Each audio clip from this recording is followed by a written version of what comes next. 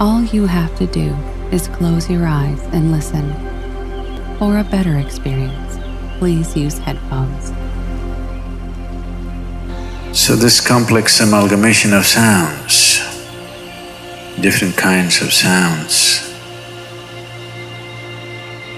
creates different intent, different levels of compulsiveness, different levels of bondage, and different possibilities of entanglement.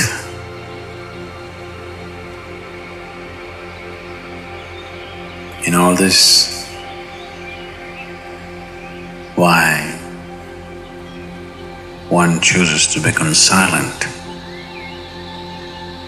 Silence is not a way of denying yourself life. It is not even about denying yourself articulation.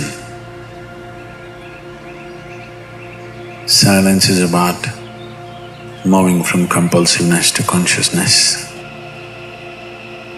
All sounds represent different forms and different dimensions of compulsiveness. When one chooses to become conscious, not be entangled in the compulsive nature of the existence, he naturally chooses to become silent. Silence does not mean shutting your mouth silence, plugging your ears silence, because sound is of the surface, silence is of the core. It is only the surface which makes the sound. See, now the water is hitting the surface and making the sound. Deep down, there is no sound. That is so with life. On the surface, it is a very complex mesh of sounds, a maze of sounds happening. But at the core, there is no sound. There is no word for no sound in English language. We call it nishabd. That means absence of sound, a total absence of sound. Absence of sound means absence of reverberation. Absence of reverberation means absence of life. Absence of life means absence of creation. Absence of creation means absence of the creator too. So a space which is beyond creation and creator, a dimension which is beyond life and death. Commonly, there are two words employed to describe this. One is maun, that means you're practicing silence, you're not silent. You shut your mouth and you're remaining in maun. This is not nishabd. Maun means you're practicing silence. If you're practicing something, obviously you're not that. Are you life or are you practicing life? Practicing life? No, your life. Maybe not very well practiced, but your life. Similarly, there is a difference between practicing silence and becoming silence. Practicing silence starts as a certain restriction, but slowly, as one practices silence, one can possibly become silent. One can become silent in intense activity, but nobody can keep up intense activity forever. Moments of intense activity are only moments, nobody can sustain it. You'll expend yourself. Only if you can achieve it in inactivity, it is sustainable. If something is possible only in intense activity, it is never sustainable.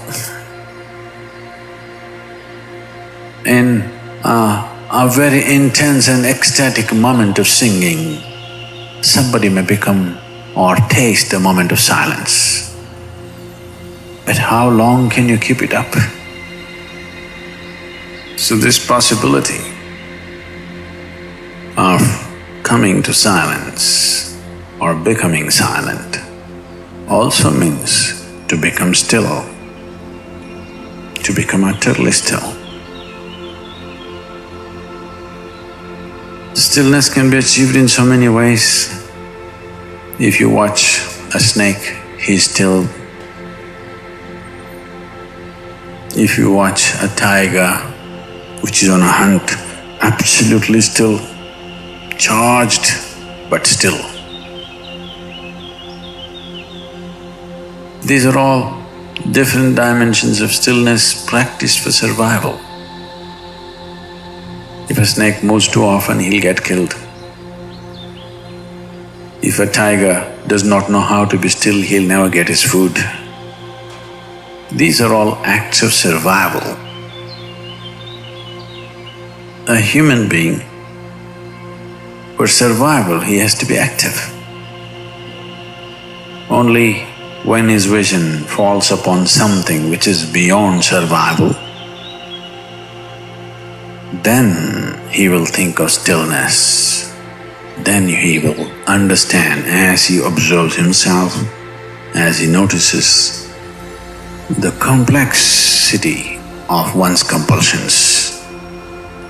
He understands the only way to solve it is to become still. To train this body, to train this mind, to become still,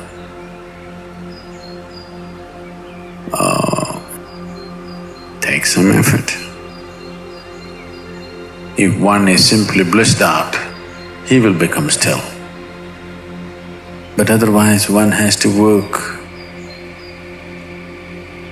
Bit by bit, one has to work to bring this body to absolute stillness. Most people cannot hold their body in one place for any length of time. They're all the time in moment.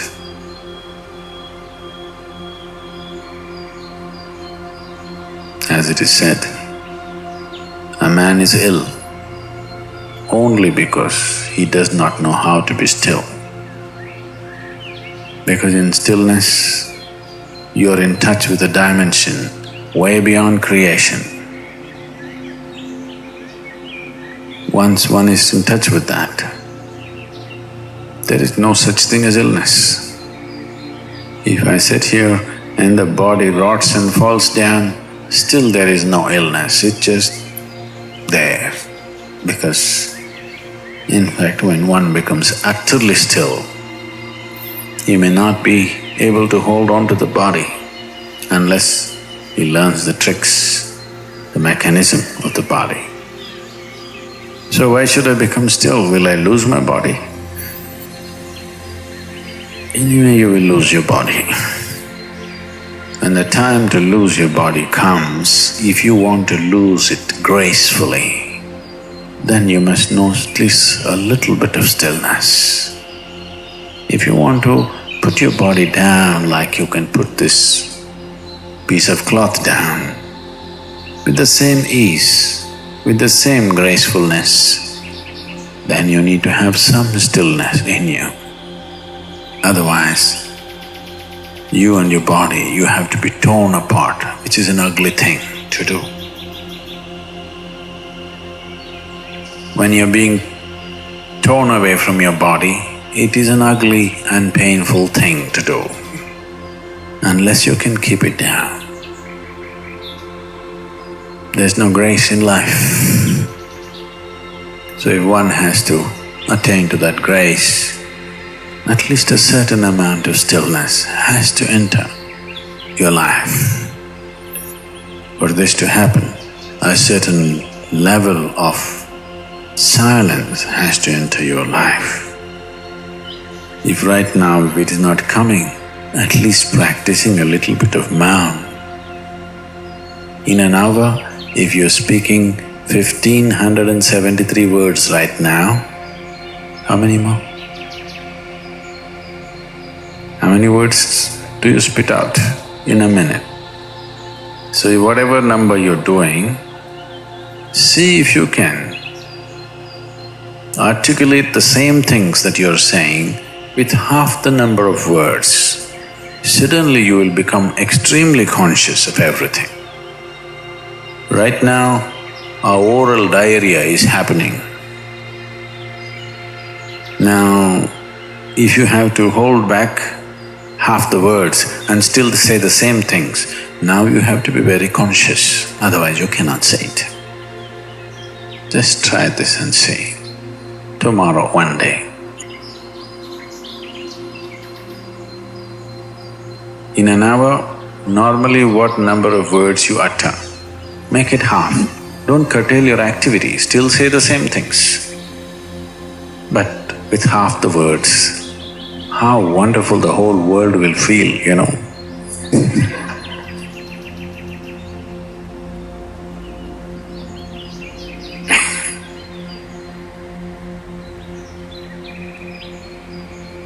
World will be a wonderful place, I'm telling you, tomorrow, if everybody does this.